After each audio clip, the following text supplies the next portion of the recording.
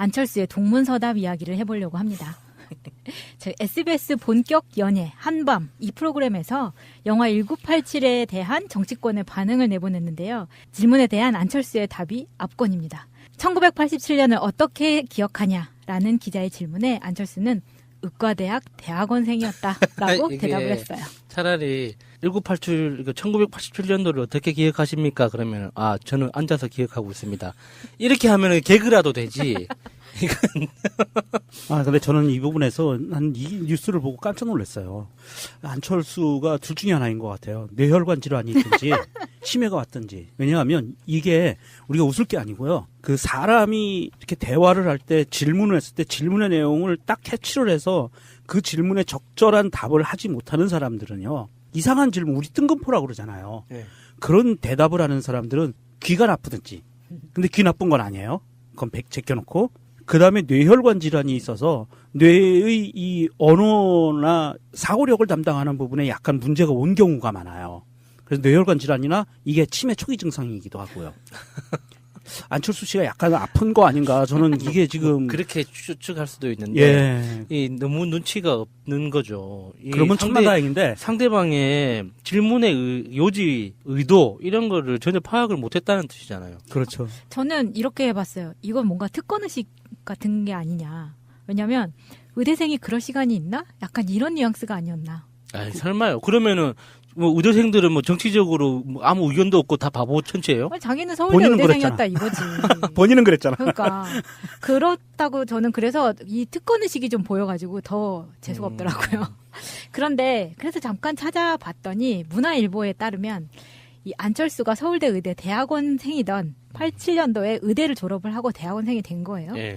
88년도에 결혼을 해서 같은 해 24평짜리 동작구 사당동 D 아파트의 재개발 입주권, 일명 딱지라고 하죠. 네. 이걸 사죠. 88년도에 결혼을 해서 이 아파트 입주권을 산 거예요. 그리고 이 다음 해에 그 아파트에 입주를 합니다. 역시 그 금수저, 부모님으로부터 물려받은 재산이라는 게 딱 나오는 거죠. 그거야 운 좋게 태어나면 그럴 수도 있는 건데 문제는 그 시대적 맥락에 대해서 그 당시에 자기가 의대 대학원생이었던 시절에 1987년도에 그 시대 상황을 봤을 거 아니에요. 그러니까 그게 참여를 못했다고 하더라도 봤을 거 아니에요. 그러면은 지금의 시각으로라도 보고 어떤 견해가 있을 거 아닙니까? 그렇죠. 너무 바빴다잖아요. 아니 미친 듯이 바빠도 저는 그 1987년 6월 항쟁 당시에 섬에서 사는 꼬꼬마였어요. 그래서 그런 일이 있는지조차 몰랐거든요.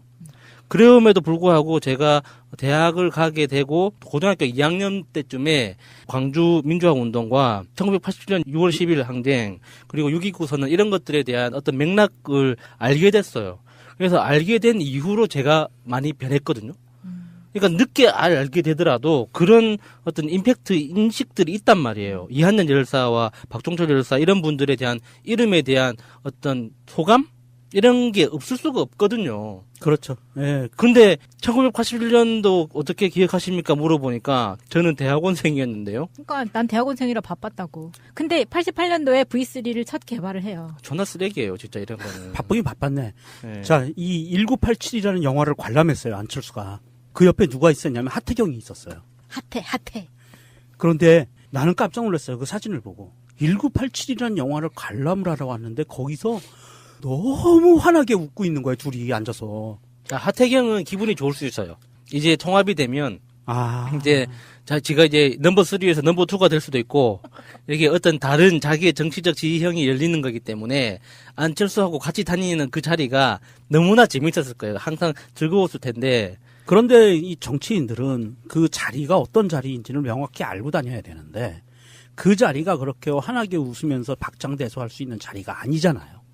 1987이라는 영화를 본 사람의 입장에서 저는 시작하면서 끝나고 나서까지 계속 눈물이 계속 나오더라고요. 이런 그 비장함의 그 시대를 겪은 그 다큐멘터리와 비슷한 영화인데 그 영화를 보는 자리에서 그렇게 박장대소하고 천진난잡하게 웃고 있는 그런 모습들을 보면 정말 이 연결이 돼요. 저는 그때 의대 대학원생이었습니다. 그 대답과 연결이 되는 거예요. 이 사람 뭔가 진짜 아프다. 이게 정상이 아니구나. 진짜 이게 좀 제정신인 인간이었으면 저는 그 당시 의대 대학원생이었습니다. 제 선배 중에 누군가가 그 현장에서 이런 일이 있었 이렇게 돼야 되는 거예요. 그렇죠. 이게 단순히 그 질문에 대해서 저 대학원생이어서 잘 몰라요. 그 자기 스스로를 진짜 바보 천치라고 인정하는 거죠. 아니 그리고 이 관람을 여의도 CGV에서 했다고 하는데 안철수가 했던 넥타이 색깔이 저는 좀 눈길이 가더라고요. 이 색깔이 보통 안철수가 이런 행사에 나오면 하고 있던 그 녹색 계열이 아니라 너무 밝은 파랑, 그러니까 더민주의 그런 색깔이 아니라 정말 하늘색의 바른 정당을 딱 볼 수 있는 그거를 안철수가 하고 나왔어요. 오히려 하태경은 하지도 않았는데 그렇게 하고 왔더라고요. 그렇게 이제 바른정당에 이렇게 목을 매니까 유승민 대표가 더 갑질을 하려고 튕기잖아요. 네, 안철수의 1987 영화에 대한 기억에 대해서 알아봤고요. 여권의 최저임금 지키기 총력전에 들어갔는데요. 지금 청와대에서는 점검팀을 만들어서 현장 조사를 하겠다. 민주당은 영세상인 보호를 위해서 임대차법, 가맹사업법 개정을 추진하겠다. 그리고 정의당도 인상무력화, 꼼수를 수집하겠다라고 나섰습니다. 지금 우리가 방송에서 수도 없이 주장했던 바보야 자영업자들에게 얘기하는 겁니다. 바보야. 문제는 최저임금이 아니야. 그렇죠. 지금 핵심이에요.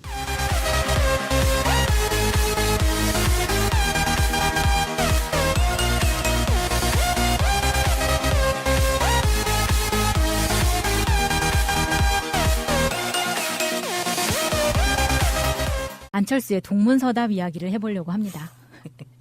SBS 본격 연예 한밤 이 프로그램에서 영화 1987에 대한 정치권의 반응을 내보냈는데요. 질문에 대한 안철수의 답이 압권입니다.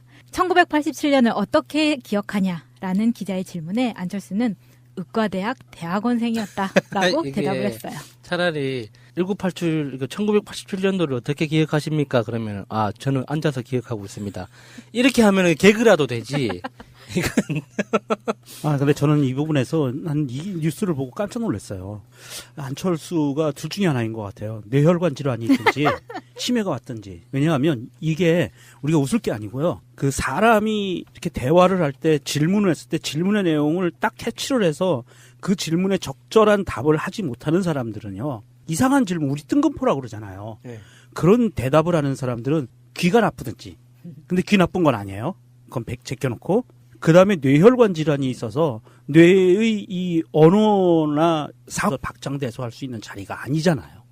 1987이라는 영화를 본 사람의 입장에서 저는 시작하면서 끝나고 나서까지 계속 눈물이 계속 나오더라고요. 이런 그 비장함의 그 시대를 겪은 그 다큐멘터리와 비슷한 영화인데 그 영화를 보는 자리에서 그렇게 박장대소하고 천진난잡하게 웃고 있는 그런 모습들을 보면 정말 이 연결이 돼요. 저는 그때 의대 대학원생이었습니다. 그 대답과 연결이 되는 거예요. 이 사람 뭔가 진짜 아프다. 이게 정상이 아니구나. 진짜 이게 좀 제정신인 인간이었으면 저는 그 당시 의대 대학원생이었습니다. 제 선배 중에 누군가가 그 현장에서 이런 일이 있었 이렇게 돼야 되는 거예요. 그렇죠. 이게 단순히 그 질문에 대해서 저 대학원생이어서 잘 몰라요. 그 자기 스스로를 진짜 바보 천치라고 인정하는 거죠. 아니 그리고 이 관람을 여의도 CGV에서 했다고 하는데 안철수가 했던 넥타이 색깔이 저는 좀 눈길이 가더라고요. 이 색깔이 보통 안철수가 이런 행사에 나오면 하고 있던 그 녹색 계열이 아니라 너무 밝은 파랑, 그러니까 더민주의 그런 색깔이 아니라 88년도에 결혼을 해서 이 아파트 입주권을 산 거예요. 그리고 이 다음 해에 그 아파트에 입주를 합니다. 역시 그 금수저.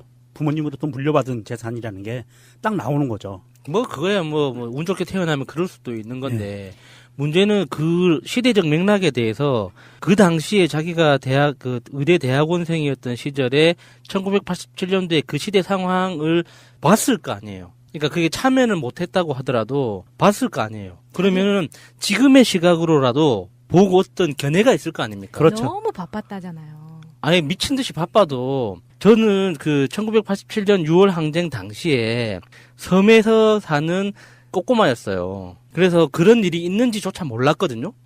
그럼에도 불구하고 제가 대학을 가게 되고 고등학교 2학년 때쯤에 광주 민주화운동과 1987년 6월 10일 항쟁 그리고 6.29 선언 이런 것들에 대한 어떤 맥락을 알게 됐어요.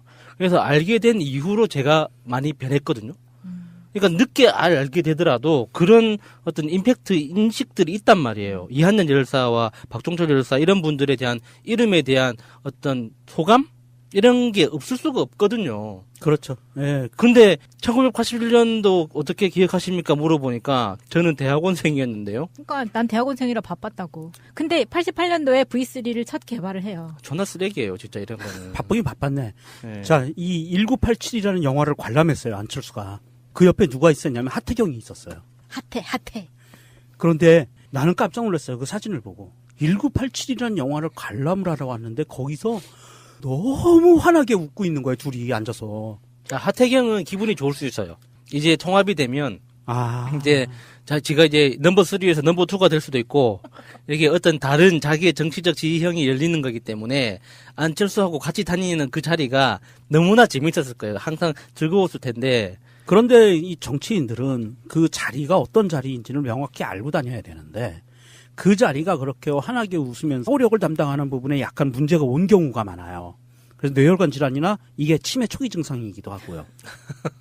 안철수 씨가 약간 아픈 거 아닌가? 저는 이게 지금 그렇게 추측할 수도 있는데 예. 이 너무 눈치가 없는 거죠. 이 그러면 천만다행인데 상대방의 질문의 요지, 의도 이런 거를 전혀 파악을 못했다는 뜻이잖아요. 그렇죠. 저는 이렇게 해봤어요. 이건 뭔가 특권의식 같은 게 아니냐. 왜냐면 의대생이 그럴 시간이 있나? 약간 이런 뉘앙스가 아니었나. 아이, 설마요. 그러면은 뭐 의대생들은 뭐 정치적으로 뭐 아무 의견도 없고 다 바보 천체예요? 아니, 자기는 서울대 본인은 의대생이었다 이거지. 본인은 그랬잖아. 그러니까 그렇다고 저는 그래서 이 특권의식이 좀 보여가지고 더 재수가 없더라고요. 그런데 그래서 잠깐 찾아봤더니 문화일보에 따르면 이 안철수가 서울대 의대 대학원생이던 87년도에 의대를 졸업을 하고 대학원생이 된 거예요. 예. 88년도에 결혼을 해서 같은 해 24평짜리 동작구 사당동 D 아파트의 재개발 입주권, 일명 딱지라고 하죠. 네. 이걸 사죠.